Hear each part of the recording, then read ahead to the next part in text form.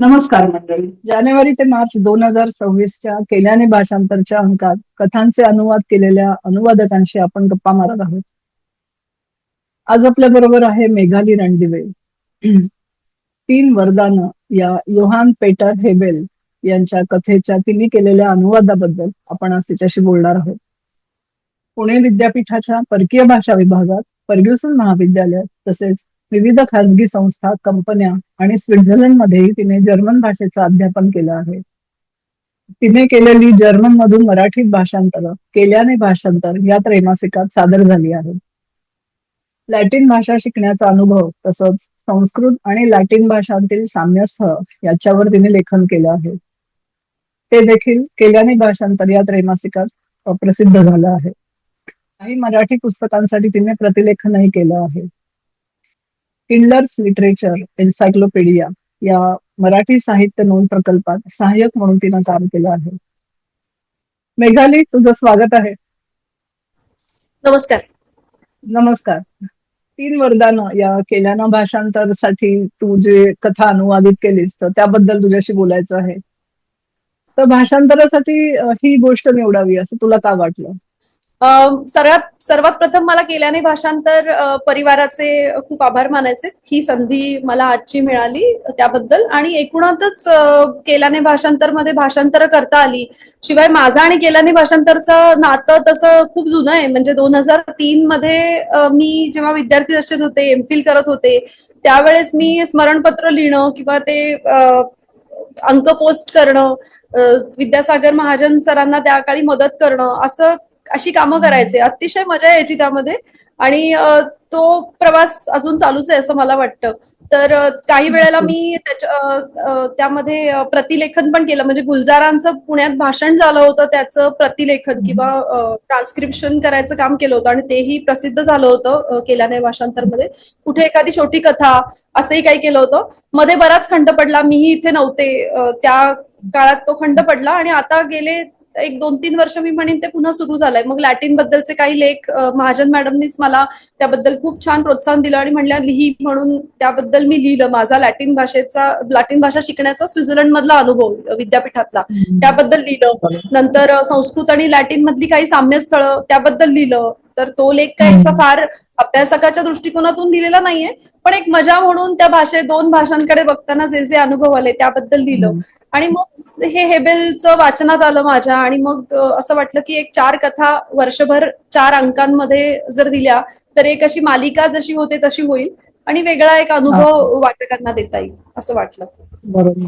अरे वा, किती छान. खरंच केल्याने भाषांतरचे आभार मानावे तिथे कमी आहे. त्यांच्यामुळे मला सुद्धा ही संधी मिळते सगळ्या अनुवादकांशी गप्पा मारायची. एकतर काय झालं की हेबेलची दाताचा डॉक्टर म्हणून जी कथा आहे ती सर्वप्रथम माझ्या वाचनात आली, आणि ती मला स्वतःला इतकी आवडली तर असं वाटलं की ही मराठी वाचकाला नक्कीच आवडेल, रुचेल. कारण त्याचा आशय जो होता ना तो अगदीच सगळ्या समाजात आढळणारा होता. म्हणजे फक्त काही जर्मन समाजापुरता मर्यादित अजिबात नव्हता. म्हणजे काही ना काहीतरी उपद्रव करून लोकांना फसवणारे भामटे सगळीकडेच आपल्याला दिसतात. तर तशा आशयाची कथा असल्यामुळे मी त्याचं भाषांतर करायचं ठरवलं, आणि ते केल्याने भाषांतरच्या पानाच्या मर्यादेला अगदी छान चपखल बसलं. आणि शिवाय हेबेल हा साधारण 250 वर्षापूर्वीचा जुना लेखक असल्यामुळे कॉपीराईटचं उल्लंघन होण्याचाही त्याच्यामध्ये काही प्रश्न नव्हता. तर हेबेलच्या ज्या सर्वच कॅलेंडर कथा आहेत तर त्या मला असं वाटतं काळाच्या कसोटीवर उतरून अजूनही टिकल्या आहेत, चिरंतन आहेत. त्याचे विषय वैश्विक आहेत. अगदी एक छोटं उदाहरण द्यायचं झालं तर त्याची जी ठणठणीत चाललेला रुग्ण ही कथा आहे, तर त्याच्यामध्ये चंगळवात किंवा व्यायामाचा अभाव याच्यामुळे जी आलेली आजारपण आहेत अशा एका माणसाची ती कथा आहे. तर आजही आपण आपल्या आजूबाजूला अशी माणसं बघतोच, आणि मला वाटलं त्या दृष्टीने हे वाचकाला कुठेतरी ते मनाला भावेल असं म्हणून ही कथा निवडली.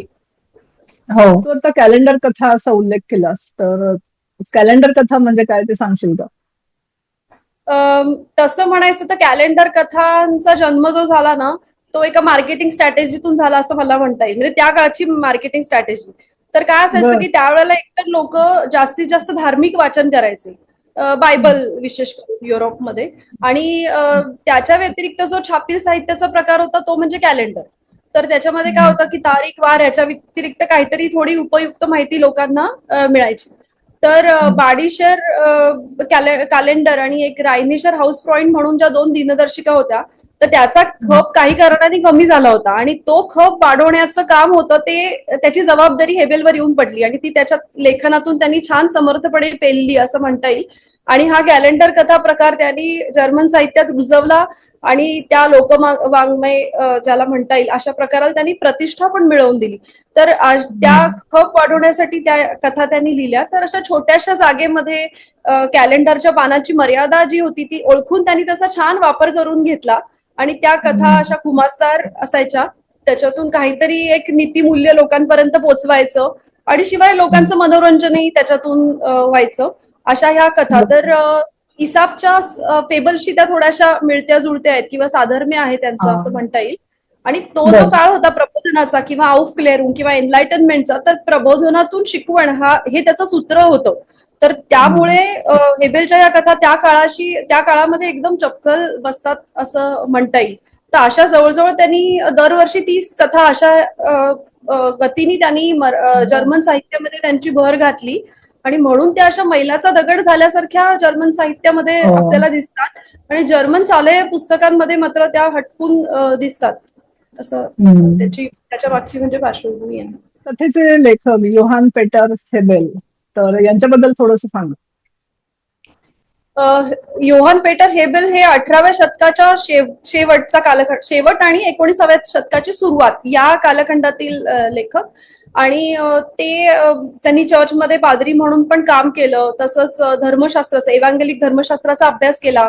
उच्च माध्यमिक शाळेमध्ये शिकवलं आणि त्याबरोबरीने लेखन संपदा त्यांची आहेच. आणि अलेमानिक म्हणून जी जर्मन भाषेतली बोली जी आहे त्या भाषेमध्ये त्यांनी कविता लिहून त्या बोलीला पण त्यांनी जर्मन साहित्याच्या मुख्य प्रवाहात आणलं. हे त्यांचं एक मोठं योगदान आहे. आणि जसं आधी म्हटल्याप्रमाणे कॅलेंडर कथा हा एक जॉनर म्हणून किंवा एक वेगळा साहित्य प्रकार म्हणून त्यांनी जर्मन वाङ्मयामध्ये आणला. जरी आपण ग्योथे शिलर हे जे आपले त्या काळातले जे एक दिग्गज लेखक मंडळी आहेत तर त्यांच्या एवढे कदाचित आपल्या वाचकांना ते परिचित नसले हेबेल, तरी सुद्धा जर्मन साहित्यामध्ये त्यांना मानाचं स्थान आहे. आणि म्हणूनच मी असा विचार केला की भाषांतरासाठी हेबेल निवडावा, कारण अजूनपर्यंत मराठीमध्ये हेबेलचं भाषांतर झालेलं माझ्या तरी कुठे ऐकिवात किंवा पाहण्यात नव्हतं. तर असं काहीतरी वेगळा अनुभव आपल्या वाचकांपर्यंत पोहोचवावा असं वाटलं. कारण सर्वसाधारणपणे आपण काय करतो की परिचित लेखक किंवा क्लासिक असे जे खूप गाजलेले असतात अशा लेखकांचं आपली एक प्रवृत्ती असते ना की त्यांचं भाषांतर करावं, पण मग काही वेळेला असे दुवे खूप असे सुटतात असं मला वाटतं. त्याच्यामुळे हेबेल निवडला. आणि किती छान. म्हणजे वेगवेगळे लेखक सुद्धा माहिती झाले पाहिजेत नाही का, साहित्य आणि त्यांचे साहित्य प्रकार. नक्कीच. वा, छान. कथा वाचताना मला जाणवलं, म्हणजे तुझी अनुवादित कथा, की पदार्थ भाज्या यांचं जर्मन मधून मराठीत भाषांतर करताना तुला काही अडचणी आल्या असतील का असा मी विचार करत होते. कारण आपलं संस्कृती वेगळी, त्यांची वेगळी, पदार्थ आणि भाज्याही वेगळ्या आहेत अर्थात.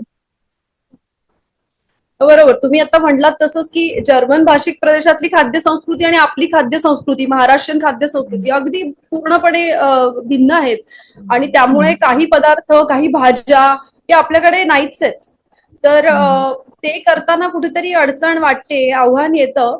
तर आता ही जी 3 वरदानामध्ये सॉसेजचा उल्लेख आहे आणि सॉसेजची भूमिका त्या कथेमध्ये तर फारच महत्वाची आहे.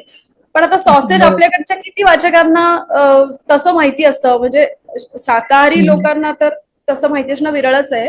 पण अगदी मांसाहारी सुद्धा खाद्य जीवनात काही सॉसेज हा आपला त्याचा एक भाग नाहीये ना, त्यामुळे थोडंसं ते वेगळं वाटण्याची शक्यता आहे. पण ते वगळूनही चालणार नाही, कारण त्याच्यावर ती कथा बेतलेली आहे. त्यामुळे तिथे मात्र थोडं आव्हान वाटलं. आणि मग अशा ठिकाणी ना भाषांतर करणाऱ्याला थोडा समतोल साधावाच लागतो, कारण एकदम मूळ आपण संहितेशी फारकत घेऊ शकत नाही, त्याच्यापासून लांब जाऊ शकत नाही. पण त्याचबरोबर मराठी वाचकालाही ते जवळचं वाटायला पाहिजे. तर असं हे आहे, म्हणजे आव्हान येतं.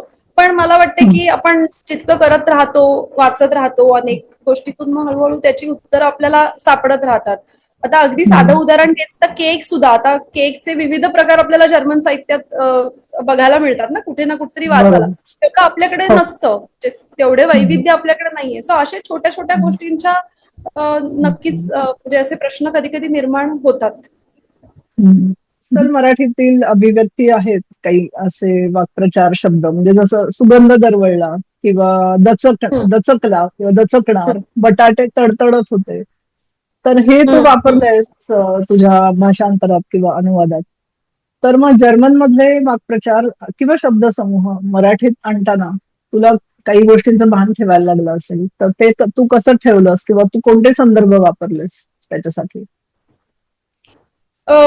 एकतर ना असं मला म्हणजे अनुभव असा आला की आपण खूपदा भाषांतर करताना एखादी कथा आपल्याला आपण वाचतो, ती आवडली की खूपदा मनामध्ये मला असं वाटलं की माझ्या ना मनामध्येच ते भाषांतर कुठेतरी आकार घ्यायला लागलं. म्हणजे एक आपला पहिला अरे वा, खरडा हा. म्हणतो तसा की तो तयार झाला कुठेतरी. आणि मग असं वाटलं नाही हे आपण करू शकतो किंवा हे करायलाच हवं असं. त्याच्यावर हम्म. नक्की संस्करण अनेक वेळा होतच, त्याच्याशिवाय काही ते पूर्णत्वाला जात नाही. पण हम्म. ते काही गोष्टी अशा आपोआप आकार घेत गेल्या. म्हणजे सुगंध दरवळला किंवा दचकणार किंवा अशा याच्यासारख्या अनेक अभिव्यक्ती आपण मराठीतही वापरतो आणि तशाच्या तशा सुद्धा बरोबर. जर्मनमध्ये त्या आहेत.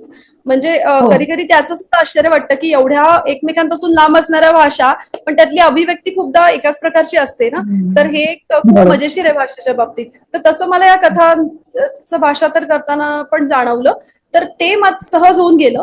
पण ते बटाटे तडतडत होते तिथे मात्र थोडी मी अडखळले. कारण एकतर जर्मन खाद्य संस्कृतीमध्ये बटाटे तडतडून काही पदार्थ करता येतात.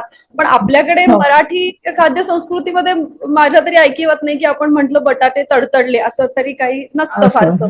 तर त्यामुळे बरोबर. असं झालं की काय करायचं भाषांतर त्याचं. पण मी ते हम्म. तडतडतच ठेवलं. कारण हम्म. लोकांना किंवा वाचकांना हे कळलंही पाहिजे की तिथे अशा तऱ्हेचं खाद्य संस्कृती आहे. आणि हम्म. जसं मी आधी म्हटलं तसं फार त्या मूळ कथेपासून लांब जाऊन अर्थ नव्हता. आणि त्याचबरोबर हम्म. मराठी वाचकांनाही ते जवळचं वाटायला हवं होतं. तर बरोबर. त्या दृष्टीने तो मी शब्द ठेवला. आणि खूपदा मला असं वाटतं की आपण काही गोष्टी ह्या नवीन अभिव्यक्ती आणल्याही पाहिजेत हम्म. भाषांतर करताना. कारण त्यामुळे आपण भाषांतरातून किंवा वाचनातून जे जग बघतो तर ते त्या जगाचा आवाका पण वाढतो. कारण नाहीतर ती हम्म. अभिव्यक्ती थोडीशी मर्यादित राहू शकते. तर त्या तर दृष्टीने मग मी काही गोष्टी अशा तिथे थोडीशी मोकळीक घेतली, लिबर्टी घेतली असं म्हणता येईल. आणि तसं भाषांतर केलं. बरोबर. संदर्भ भाषांतरासाठी बरेच घ्यावे लागतात.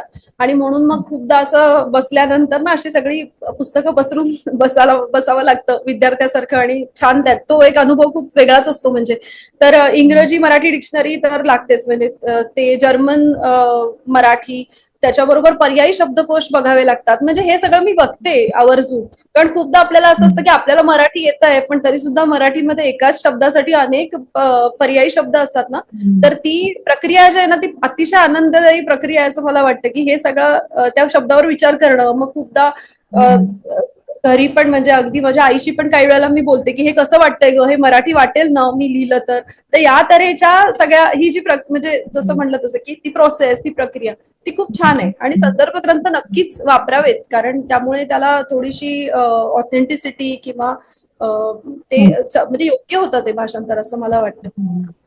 आता सध्या कोणते प्रोजेक्ट चालू आहेत?